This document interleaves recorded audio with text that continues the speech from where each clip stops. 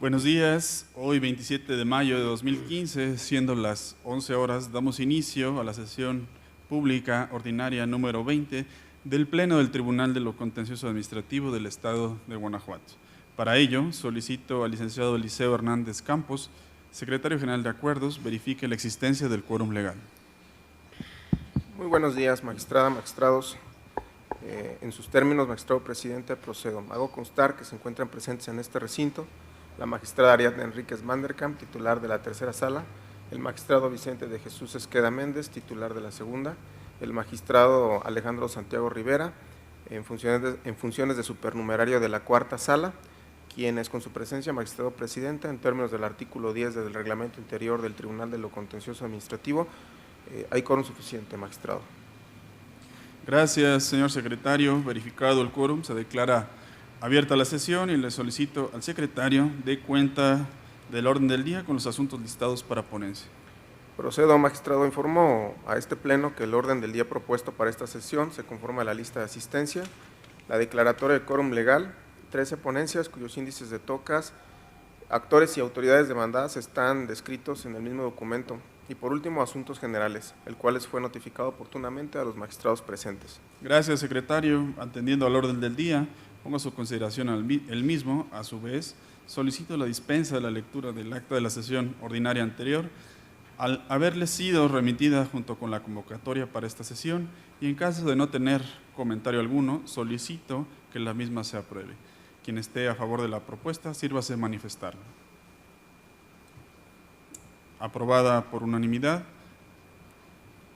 Continuando con el listado de ponencias para el desahogo de esta sesión, procedo a exponer las correspondientes a la primera sala. La primera es la enumerada con el número 3 del orden del día, que corresponde al toca 91/15, relativo al recurso de reclamación interpuesto por el representante legal de la Secretaría de Finanzas, Inversión y Administración del Estado de Guanajuato, parte demandada en contra de la sentencia emitida el 23 de enero de 2015 por la magistrada de la tercera sala en el proceso administrativo 60, tercera sala, diagonal 14, por el que se decretó la nulidad del acto impugnado. Como antecedentes podemos señalar que el 8 de noviembre de 2013, la persona moral accionante del proceso de origen presentó escrito ante la Secretaría de Finanzas, Inversión y Administración, solicitando la devolución de cantidades que pagó indebidamente por concepto de derecho de alumbrado público. Con fecha 19 de noviembre de 2013, le fue notificado a la persona moral de referencia el oficio DPR 2823/2013, mediante el cual la autoridad demandada se declara incompetente para emitir pronunciamiento respecto de la devolución promovida. Inconforme con lo anterior, la persona moral ya citada demandó la nulidad del oficio DPR 2823/2013. El asunto fue radicado en la tercera sala, quien en su sentencia concluyó la nulidad del oficio, conminando a la autoridad demandada a lo siguiente: a. Que se declarara competente para tramitar y resolver la resolución de devolución formulada por la actora respecto a la contribución especial por el servicio público de alumbrado. B. Que determinara que es procedente la solicitud de devolución respecto de los importes que en este fallo se ha determinado. Y C. Que realizara el pago de los intereses sobre los importes pagados indebidamente a partir de la fecha en que se realizaron los pagos indebidos y hasta que materialmente se lleve a cabo la devolución. Ante esta línea de hechos, la autoridad presentó recurso de reclamación, arguyendo que no estamos en presencia del pago de lo indebido, ya que el pago de lo indebido se origina cuando se paga una cantidad en exceso a la que impone la ley, exceso derivado de un error aritmético. También argumenta que este tribunal no puede realizar un nuevo estudio de constitucionalidad y que, finalmente, de los recibos de pago realizados en bancos no se desprende que efectivamente se hayan hecho por concepto de pago de derechos de alumbrado público. Una vez precisado lo anterior, es de señalarse que el agravio primero es infundado, atentos a lo siguiente. Del artículo 52 de la Ley de Hacienda para los municipios del Estado de Guanajuato, no se desprende que la obligación de las autoridades fiscales a devolver las cantidades que hubieran sido pagadas indebidamente esté limitada a los casos en que el particular haya pagado una cantidad mayor a la que impone la ley, haya cometido un error de cálculo aritmético o haya tributado en un régimen distinto al que le corresponde. De ahí que, atendiendo al principio general de derecho que establece, donde la ley no distingue, no ha lugar a distinguir, la autoridad demandada no está facultada para asumir postura alguna que la ley no contemple. De ahí lo infundado del agravio objeto de estudio. El agravio segundo, también a consideración de esta ponencia, se considera infundado, atentos a lo siguiente.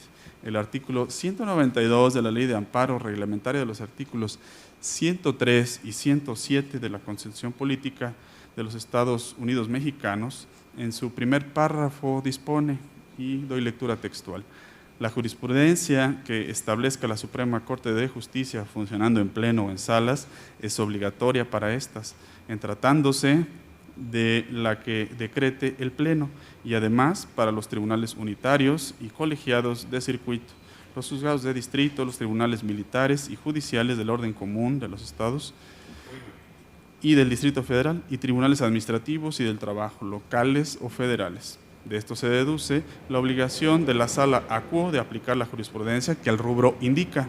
Nuevamente leo textualmente: alumbrado público, derechos por servicio de las leyes o códigos locales que establecen como referencia pago para su cobro la cantidad que se paga por el consumo de energía eléctrica son inconstitucionales porque invaden la esfera de atribuciones de la Federación. Hasta aquí la cita. En la sentencia recurrida, ya que resulta aplicable al caso planteado por la empresa actora. Dentro de este marco legal tenemos que la aplicación de la jurisprudencia citada anteriormente representa una cuestión de mera legalidad y de ningún modo implica que la Sala Acuo haya hecho un nuevo estudio de constitucionalidad de las normas que establece el derecho de alumbrado público, ya que la Ley de Amparo combina a este tribunal a la aplicación de la jurisprudencia de referencia en el presente asunto. También resulta aplicable para la decisión de esta sala lo que resolvió la Corte en la siguiente jurisprudencia.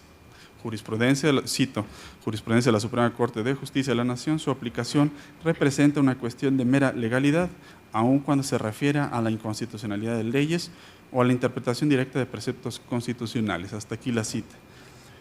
Por otra parte, el agravio tercero, en consonancia con los siguientes razonamientos, resulta infundado, ya que en los apartados 4 y 5 del capítulo de hechos de su demanda, la parte actora imputó a la autoridad la recepción del monto recaudado por la Comisión Federal de Electricidad por concepto de derechos de alumbrado público.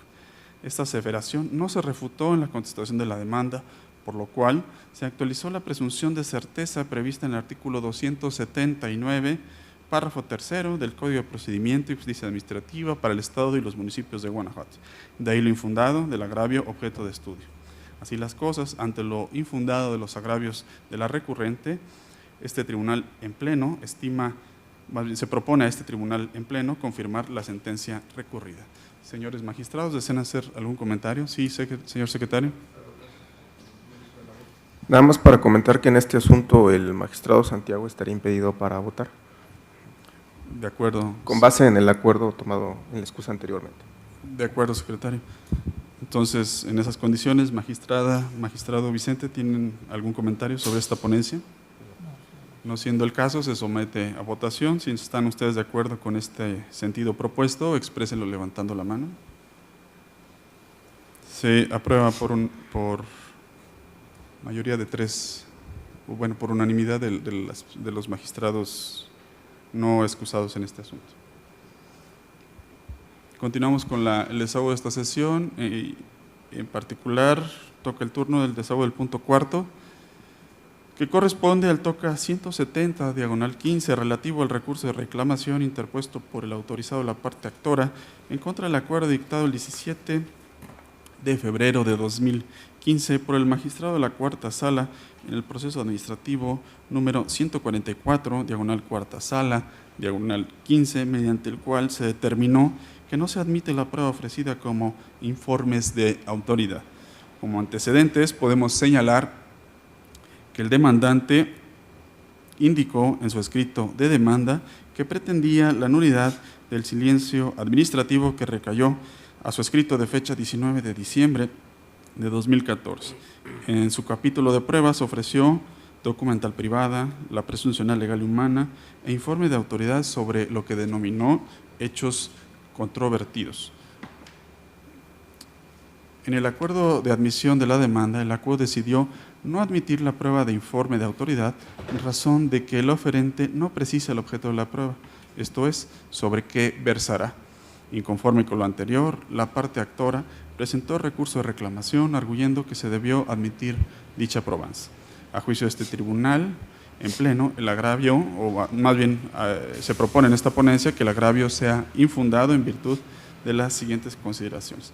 Los informes de autoridad, a que hace referencia la fracción séptima del artículo 48 del Código de Procedimiento y Justicia Administrativa para el Estado y los municipios de Guanajuato, son un medio de convicción conformado por hechos que son del conocimiento de la autoridad en virtud del desempeño de sus funciones y que puede aportar al proceso por medio de constancias, copias, documentos que deriven de sus libros, registros, archivos o expedientes bajo su resguardo, tal y como lo robustece el criterio aprobado por este Pleno en el año 2011, intitulado Informes de Autoridad. El demandante ofreció en su escrito inicial prueba de informes de autoridad sobre lo que denominó hechos controvertidos conocidos. Como se esbozó anteriormente, la prueba de informes de autoridad está integrada por hechos del conocimiento de la autoridad y por ello es necesario que el oferente precise esos hechos sobre los cuales la autoridad tendrá que rendir reporte en escrito. Del mismo modo que se requiere señalar en la inspección judicial el lugar o lugares a inspeccionar, en la testimonial, los testigos y el cuestionario que habrá de deshogar, se insiste, es necesario que el oferente señale él o los hechos motivo del informe. No obstante la anterior advertencia, quien demanda se limitó a ofrecer la prueba sin aclarar sobre qué hechos se enfocaría el informe. De ahí que se coincida con el ACUO cuando sostiene que el elemento de convicción no se ofreció con apego a derecho. En este orden de ideas precisado, esta ponencia sugiere confirmar la resolución del ACUO. Señores magistrados, ¿desean hacer algún comentario sobre esta ponencia? No habiendo comentarios, entonces se somete a votación. Quien esté de acuerdo con el sentido propuesto, expréselo levantando la mano. Se aprueba por unanimidad. Continuamos con esta sesión y toca el turno al desahogo del punto 5 del orden del día, por lo cual se concede el uso de la voz al magistrado Vicente de Jesús Esqueda Méndez. Muchas gracias, señor presidente. Buenos días, compañera magistrada, magistrado. Es relativo al TOCA 337/14, que tiene que ver con el recurso de reclamación interpuesto por el actor en el proceso de origen en contra de la resolución de 30 de mayo de 2014, pronunciada en el proceso administrativo 1029/2012, por el magistrado de la primera sala, mediante la cual se decretó el sobreseimiento de la resolución impugnada y en particular la resolución pronunciada con fecha 27 de mayo de 2015 por el primer tribunal colegiado en materia administrativa del 16º circuito en el amparo directo administrativo número 95/2015. Previo al estudio de los agravios, es oportuno precisar la controversia. Al respecto, el actor fue sujeto a procedimiento administrativo disciplinario, mismo que concluyó con la resolución de fecha 28 de abril de 2008, en la que se determinó su destitución del cargo. Sin embargo, continuó prestando su servicio después de esta fecha, según se desprende del último recibo de pago correspondiente al periodo del 2012 adjuntado por la autoridad. Contra tal resolución, interpuso el recurso de inconformidad, dentro del cual en fecha 24 de septiembre de 2012 se resolvió confirmar la sanción impuesta.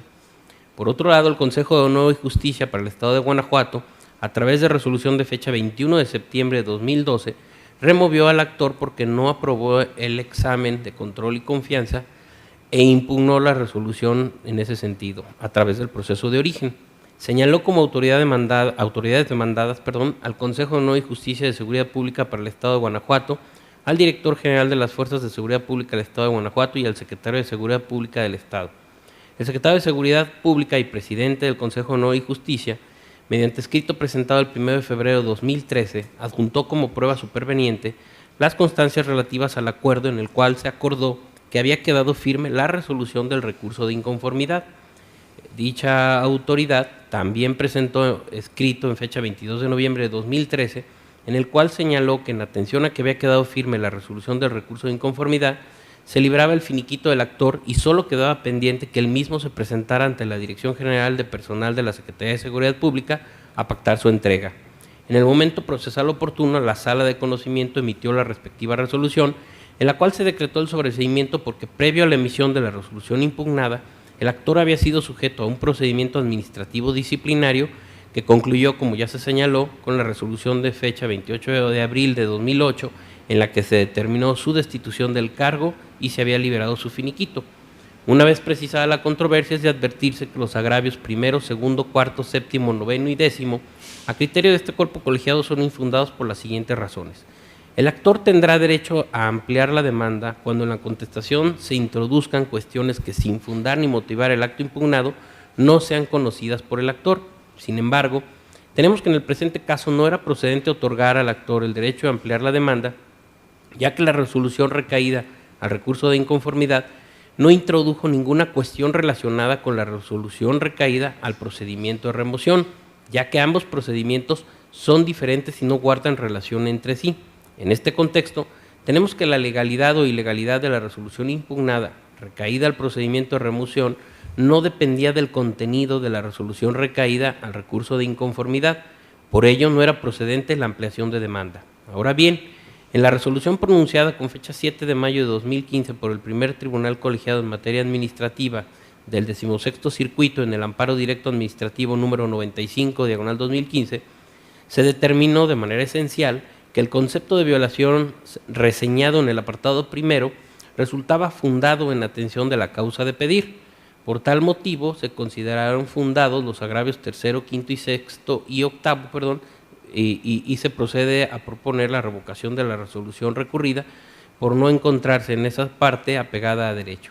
En atención a que el Código de Procedimiento y Justicia no contempla la figura del reenvío, este pleno reasume jurisdicción. Así tenemos que los consejos de honor y justicia de las instituciones policiales del Estado y de los municipios se encuentran facultados para conocer respecto de la remoción de elementos integrantes de tales instituciones solo respecto de faltas disciplinarias consideradas graves en que incurran dichos elementos relativas al régimen disciplinario o al incumplimiento de los deberes inherentes al cargo correspondiente, pero no se encuentran facultados para conocer de su separación. Por lo tanto, es claro para quien resuelve que la conclusión del servicio por el incumplimiento de un requisito de permanencia, como el consistente en la aprobación de los procesos de evaluación, de control y confianza, forman parte del régimen de carrera policial y no del diverso del régimen disciplinario. Ahora bien, es menester precisar que existe un organismo colegiado que se encuentra especialmente constituido para cumplir los fines del régimen de carrera policial, el cual tiene, entre otras, la facultad exclusiva de conocer respecto de la permanencia y separación de los miembros de las instituciones policiales y se denomina Comisión del Servicio Profesional de Carrera Policial. De esta manera se concluye que los consejos de honor y justicia de las instituciones policiales del Estado y de los municipios no son la autoridad competente para determinar la separación de los integrantes de dichas instituciones cuando estos incurran en el cumplimiento de los requisitos establecidos en ley, específicamente y para el caso que nos interesa, los requisitos de permanencia como el consistente en aprobar el proceso de evaluación de control y confianza. Por lo tanto, queda acreditado que el Consejo de Honor y Justicia de Seguridad Pública para el Estado de Guanajuato no es la autoridad competente para determinar la separación del actor por no aprobar el proceso de evaluación de control y confianza. Consecuentemente, es procedente decretar la nulidad total de la resolución impugnada recaída al procedimiento disciplinario PAR 13/2012, así como también la nulidad total de los actos que le dieron origen. El actor también ejercitó la acción de reconocimiento de diversos derechos. Al respecto, es de señalarse que en esta instancia no es procedente entrar al estudio de estos derechos, ya que quedó firme la diversa resolución recaída al procedimiento disciplinario PD 011/2005, en la cual se destituyó al actor y se puso a su disposición su finiquito, por lo cual el tema del proceso de origen no es si el gobernado tiene derecho o no a la reinstalación o al pago de prestaciones. Sin embargo, ha lugar al reconocimiento de derecho de que se entregue al actor la evaluación de control y confianza que reprobó y en atención a la nulidad decretada, que en su expediente quede constancia de la ilegalidad del cese derivado de haber reprobado el examen de confianza. En mérito de lo anteriormente expuesto, se propone resolver lo siguiente. Primero, se deje sin efectos la resolución de fecha 12 de noviembre de 2014 en acatamiento a la resolución de amparo directo administrativo número 95/2005. Segundo, el pleno de este tribunal es competente para conocer y resolver el presente recurso de reclamación. Tercero, se revoca la resolución de 30 de mayo de 2014 pronunciada en el proceso administrativo 1029/12 por el magistrado de la primera sala. Cuarto, se declara en la nulidad total de la resolución impugnada. Y quinto, el reconocimiento del derecho exclusivamente en los términos manifestados en el considerando noveno. Eso es todo, señor presidente. Gracias, magistrado. Señores magistrados, está a su consideración esta resolución del TOCA 337/14 en cumplimiento del amparo directo administrativo 95/2015. ¿Desean hacer algún comentario? No habiendo comentarios, se somete a votación. Quien esté de acuerdo con el sentido propuesto, expréselo levantando la mano. Se aprueba por unanimidad. Magistrado Vicente Esqueda, tiene usted el uso de la voz para el desahogo del punto 6º del orden del día. Gracias, señor presidente. Es el TOCA 99/15 relativo al recurso de reclamación interpuesto por el autorizado del director de Policía Municipal y suboficial adscrito a la delegación poniente de la Dirección General de Policía Municipal de León, Guanajuato, autoridades demandadas en el proceso de origen en contra de la sentencia de 30 de enero de 2015, dictada en el proceso administrativo 642/14 por el magistrado de la primera sala, mediante la cual se decretó la nulidad de los actos impugnados. Previo al análisis del agravio hecho valer por el recurrente, este pleno considera conveniente precisar lo siguiente. En el proceso administrativo principal, el actor impugnó la imposición de una sanción consistente en el levantamiento y la calificación de una boleta de arresto. Seguido del proceso en todos sus trámites legales, el magistrado de la primera sala, en la sentencia que ahora se revisa, decretó la nulidad porque los preceptos invocados en el documento en el cual consta el acto impugnado eran insuficientes para fundar la competencia de las autoridades responsables y para emitir tanto la boleta de arresto como la calificación, y porque no se respetó la garantía de audiencia de la actora. Inconforme con la determinación que antecede, la parte demandada interpuso el recurso de reclamación que nos ocupa, en donde hizo valer un único agravio, el cual, a criterio de este cuerpo colegiado, es infundado por las siguientes razones. No se refutó el razonamiento de la sentencia recurrida de que no se respetó la garantía de audiencia del actor, por lo cual este razonamiento de la sentencia quedó firme. Asimismo, en la boleta de arresto impugnada no se invocaron los artículos 78, 79, 80, 80 bis y 81, fracción séptima del Reglamento Interior de la Dirección General de Policía Municipal de León, Guanajuato, ya que en dicho documento únicamente constan los artículos 46, fracción decimoséptima de la Ley de Seguridad Pública del Estado de Guanajuato y 58, fracción decimoprimera del Reglamento Interior de Policía Preventiva Municipal de León, Guanajuato. En este contexto, tenemos que en el agravio objeto de estudio tampoco se refutó el razonamiento de la sentencia recurrida, mediante el cual se determinó que los artículos invocados en el documento en el cual constan los actos impugnados eran insuficientes para fundar la competencia de las autoridades responsables para emitir tanto la boleta de arresto como la calificación de la misma, por lo cual este razonamiento quedó firme.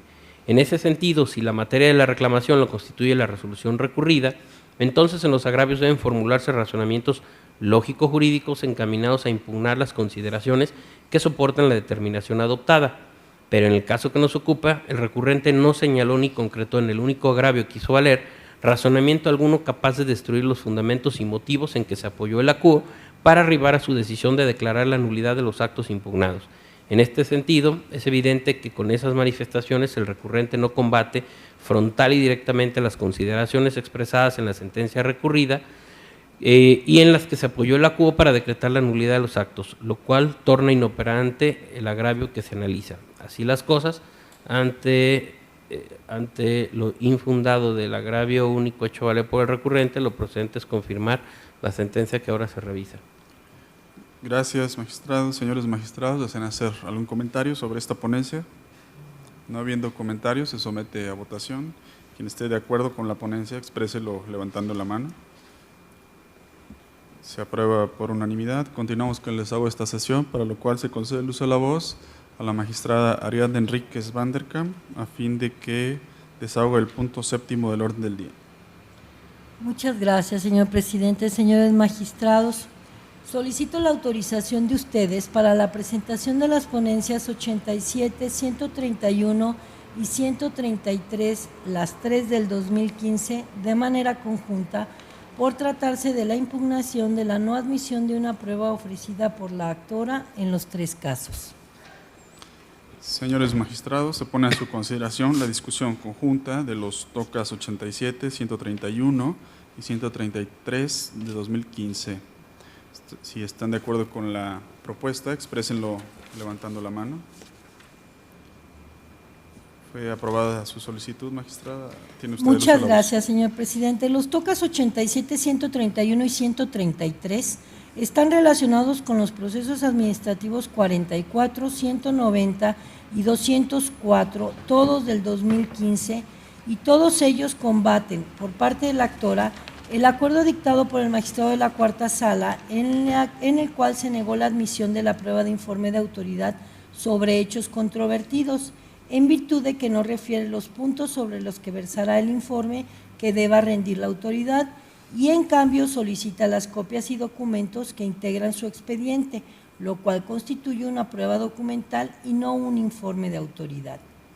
Inconforme con la determinación anterior, el recurrente refiere que la Sala no admitió la prueba de informes sin considerar que fue ofrecida con apego a lo previsto en el artículo 113 del Código de Procedimiento y Justicia Administrativa.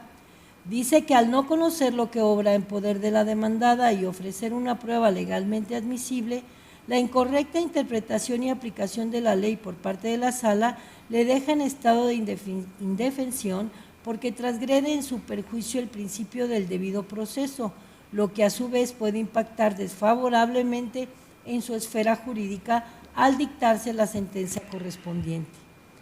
Es inoperante el planteamiento que hace la recurrente porque no concreta un razonamiento capaz de ser analizado y no controvierte las razones por las cuales la Sala desechó la prueba de informes que ofreció. En consecuencia y ante la inoperancia de los argumentos de la recurrente, lo procedente es la confirmación de los acuerdos combatidos. Gracias, magistrada. Señores magistrados, ¿desean hacer algún comentario sobre estas ponencias? No habiendo comentarios, se somete a votación de manera individual cada una de ellas. Quien esté de acuerdo con la ponencia correspondiente al toca 87, diagonal 15, expréselo levantando la mano. Se aprueba por unanimidad. Quien esté de acuerdo con el contenido de la ponencia respectiva o relativa al toca 131, diagonal 15, expréselo levantando la mano. Se aprueba por unanimidad. Quien esté de acuerdo con el contenido del toca 133, diagonal 15, expréselo levantando la mano. Se aprueba por unanimidad. Continuamos con esta sesión. Se concede de nueva cuenta el uso de la voz a la magistrada Ariadna Enríquez Van der Kamp para el desahogo del punto 10º del orden del día. Muchas gracias, señor presidente. Nuevamente pido autorización a este pleno para abordar de manera conjunta los tocas 140 y 175 relacionados con los procesos administrativos 239 y 234 del 2015, radicados en la primera y segunda sala, respectivamente. Señores magistrados, ¿están ustedes de acuerdo con la propuesta de que se discuta de manera conjunta los tocas 140, diagonal 15 y 175, diagonal 15? Exprésenlo levantando la mano. Se aprueba por unanimidad. ¿Tiene usted el uso de la voz, magistrada? Muchas gracias, señor presidente.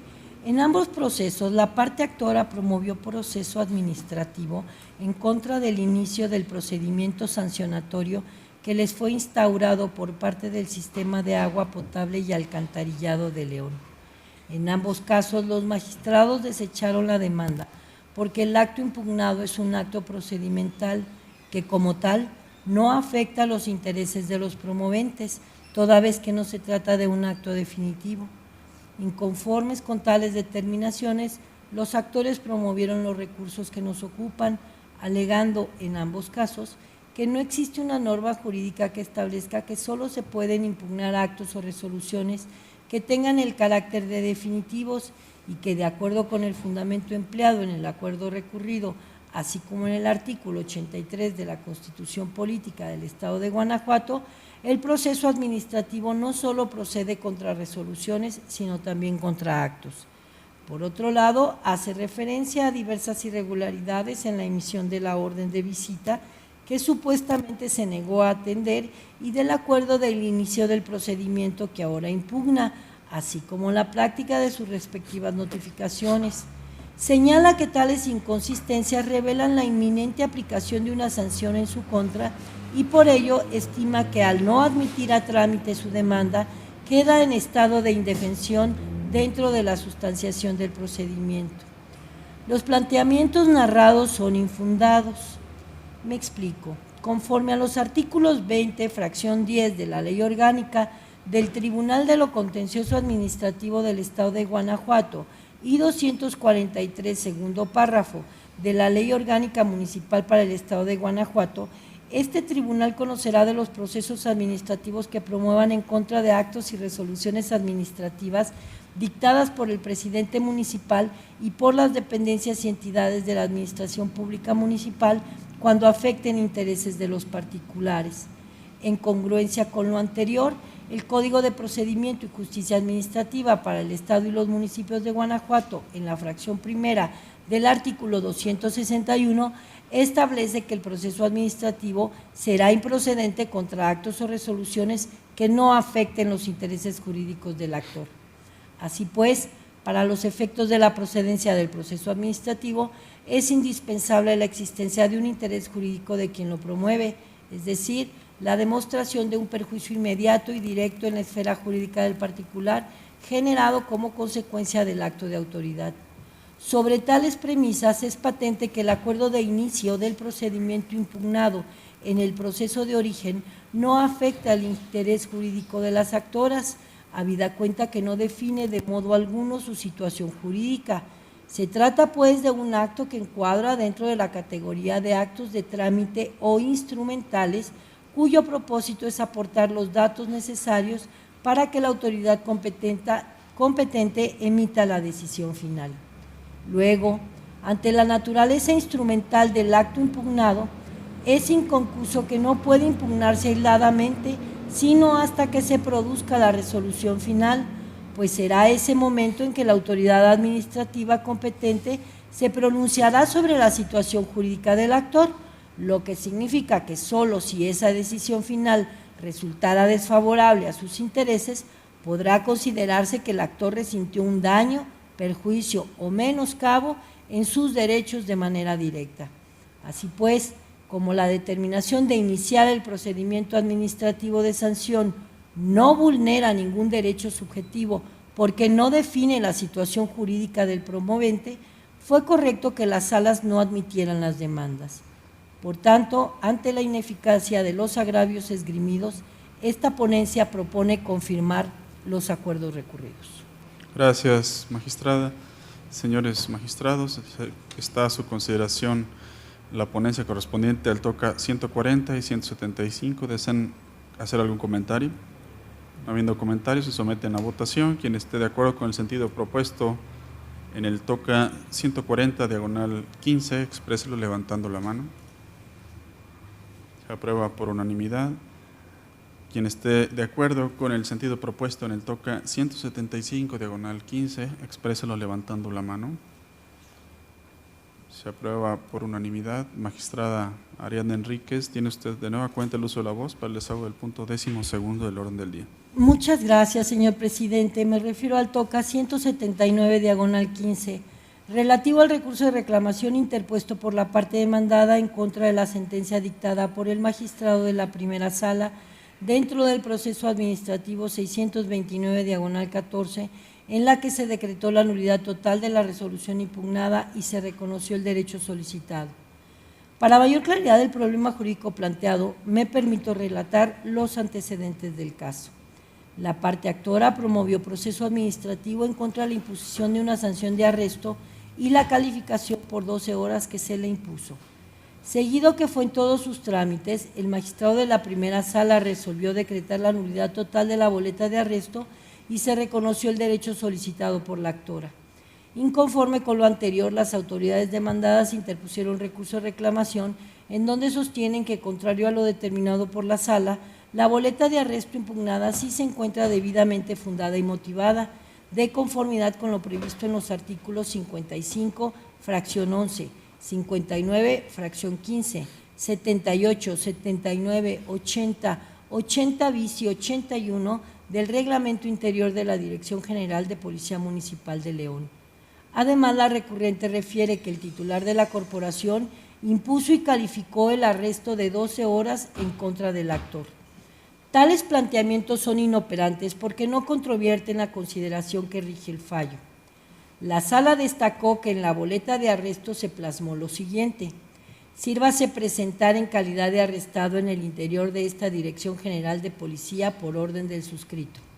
Y concluyó que esa expresión indicaba que la autoridad que ordenó su emisión fue el segundo comandante de la Dirección General de Policía Municipal de León, mientras que el texto plasmado en la boleta se desprendía que el director general de Policía Municipal únicamente realizó la calificación del número de horas de arresto. Así pues, como en los planteamientos que se analizan, la parte recurrente no combate frontalmente la decisión de la Sala, entonces resultan inoperantes. También señala el recurrente que, de acuerdo con los artículos 78 y 79 del citado Reglamento Interior, el titular de la corporación es la autoridad competente para calificar la sanción que se impuso al actor y no el segundo comandante. Asimismo, la recurrente refiere que la Sala interpretó incorrectamente los preceptos invocados en la sentencia y que la sentencia no es congruente con lo previsto en el Reglamento Interior de la Dirección General de Policía Municipal de León, porque la boleta impugnada se emitió y calificó debidamente por la autoridad competente. Las disertaciones anteriores son inoperantes porque no concretan algún razonamiento capaz de ser analizado, es decir, la parte recurrente se limitó a realizar meras afirmaciones sin sustento. Por tanto, ante la ineficacia de los agravios esgrimidos, lo procedente es confirmar la sentencia dictada por la primera Sala. Gracias, magistrada. Señores magistrados, está a su consideración la resolución del TOCA 179, diagonal 15. Quien esté de acuerdo con su sentido, expréselo levantando la mano. Aprobado por unanimidad. Continuamos con esta sesión y corresponde al magistrado Alejandro Santiago Rivera el desahogo del punto 13º del orden del día. Tiene usted el uso de la voz, magistrado. Muchas gracias, presidente. Señora magistrada, señor magistrado, someto a la consideración de este pleno el proyecto de resolución en el TOCA 103, diagonal 2015, relativo al recurso de reclamación interpuesto por el autorizado del actor en contra de la sentencia del 29 de enero de 2015, por medio del cual la magistrada de la tercera sala de este tribunal sobreseyó en el proceso administrativo número 941, diagonal 2014. El actor del proceso administrativo principal impugnó el requerimiento de pago por adeudo de beneficios de contribuciones por ejecución de obra pública con nombre de programa PIAS 2008, suscrito por el director de ingresos y la tesorería municipal, ambas de Celaya, Guanajuato. En la sentencia aquí impugnada, la Sala Quo sobreseyó en el proceso, toda vez que la autoridad demandada dejó sin efectos el requerimiento de pago impugnado, con lo cual quedaron satisfechas dos de las pretensiones del actor y respecto de la tercera resolvió que no había elementos necesarios para determinar si en el caso concreto transcurrió el término legal para que se configure la prescripción del crédito fiscal controvertido. Los planteamientos vertidos en la primera parte del agravio primero se estiman parcialmente fundados y suficientes para modificar la sentencia que ahora se revisa, pues en el caso concreto se actualiza la figura de la caducidad o extinción de las facultades de las autoridades para determinar el crédito fiscal. Del artículo 39, fracción segunda, de la Ley de Hacienda para los municipios del Estado de Guanajuato, se desprende que las facultades de las autoridades fiscales para determinar la existencia de obligaciones fiscales, señalar las bases de su liquidación o fijarlas en cantidad líquida, se extinguen en el término de 5 años a partir del día siguiente al en que se produjo el hecho generador del crédito fiscal. Por otra parte, conforme al artículo 229 de la Ley de Hacienda para los municipios del Estado de Guanajuato, La contribución especial por ejecución de obras públicas es la prestación legal de carácter obligatorio que deberán efectuar al fisco municipal los propietarios o poseedores, en su caso, de bienes inmuebles que resulten beneficiados por una obra pública. Luego, si la obligación fiscal nace cuando se actualizan los supuestos jurídicos o de hecho previstos en las leyes fiscales, entonces, por cuanto hace a la contribución especial por ejecución de obras públicas, la obligación fiscal respectiva surge a partir de que el propietario o poseedor, según sea el caso, de un inmueble resulte beneficiado por una obra pública. Ahora bien, en el caso, el actor manifestó en su escrito de demanda que el 14 de mayo de 2014 tuvo conocimiento del requerimiento de pago por concepto de contribución por ejecución de obra pública relacionado con el inmueble de su propiedad que fuera realizada en el año 2008. Sin embargo, dijo, han transcurrido más de 5 años sin que la autoridad efectuara algún cobro. Es importante señalar que aun cuando no se conoce la fecha exacta en que concluyó la obra, que fue en la que el entonces actor obtuvo un beneficio real, sí se tiene certeza de que ello aconteció en el año 2008, pues en primer término la parte demandada no controvirtió lo manifestado por el actor sobre este hecho, y en segundo lugar es de explorado derecho que la ejecución de las obras públicas es por ejercicio fiscal. En este sentido, si el acto impugnado en el proceso administrativo consistente en el requerimiento de pago por adeudo de beneficios por ejecución de obras públicas corresponde al programa PIAS 2008, entonces puede concluirse que la fecha límite para la terminación de la obra era el 31 de diciembre de 2008. Luego, como la obligación fiscal del actor al pago de la contribución especial nació con el término o conclusión de la ejecución de la obra pública, aun considerando que la obra hubiese terminado hasta el 31 de diciembre de 2008, entonces la autoridad demandada tenía hasta el 31 de diciembre de 2013 para determinar en cantidad líquida el importe que el actor debía pagar por dicha contribución. Sin embargo, en el expediente no obra constancia alguna de que con anterioridad a la emisión del requerimiento de pago impugnado, la autoridad hubiera determinado que debe considerarse al emitir el acto impugnado ya habían caducado sus facultades para determinar el crédito fiscal, conforme lo prevé la fracción segunda del artículo 39 de la Ley de Hacienda para los municipios del Estado de Guanajuato. En las relatadas condiciones, la consulta propone modificar la sentencia recurrida única y exclusivamente en lo que respecta al reconocimiento del derecho del actor, a efecto de declarar la caducidad de las facultades de la autoridad demandada para determinar el importe que el actor debía pagar por no haberlas ejercitado dentro de los 5 años que tenía para hacerlo. Gracias, presidente. Gracias, maestro. Señores magistrados, está a su consideración la ponencia del TOCA 103/15. Quien esté a favor del sentido propuesto, expréselo levantando la mano. Se aprueba por unanimidad. Continuamos con esta sesión. Se concede nuevamente el uso de la voz al magistrado Alejandro Santiago para el desahogo del punto 14. Muchas gracias, presidente. Pongo a la consideración de este pleno el proyecto de resolución en el TOCA 159/2015 relativo al recurso de reclamación interpuesto por la parte actora en contra del auto de 18 de febrero de 2015, por medio del cual la magistrada de la tercera sala de este tribunal tuvo por no presentada la demanda al no haber dado cumplimiento al requerimiento que se le formuló el 3 de febrero de 2015 dentro del proceso administrativo número 195/2015. En el proceso de origen, el actor impugnó una resolución negativa ficta imputada a la autoridad municipal. Del acuerdo controvertido, la magistrada Cuo tuvo por no presentada la demanda al no haber dado el actor cumplimiento al requerimiento que se le formuló para que exhibiera la constancia con la cual acreditara que su solicitud fue recibida por la autoridad a quien se le dirigió y la fecha en la que la recibió, pues únicamente exhibió el escrito recibido por el encargado de la oficina del Servicio Postal Mexicano, en la que solicita el acuse de recibo respectivo, así como el comprobante de depósito de la pieza postal, con lo cual no demuestra que su petición haya sido recibida por la autoridad municipal y mucho menos la fecha de recepción. Los agravios que esgrime la recurrente se consideran infundados. El artículo 5 de la Ley Orgánica Municipal para el Estado de los Municipios de Guanajuato dispone que el ayuntamiento deberá dar respuesta por escrito en un término no mayor de 20 días a toda gestión que se le formule y el presidente municipal y los titulares de las dependencias y entidades de la administración pública municipal deberán hacerlo en un plazo no mayor de 10 días y en caso de que no den respuesta a dichos plazos, se tendrán por contestando en sentido negativo.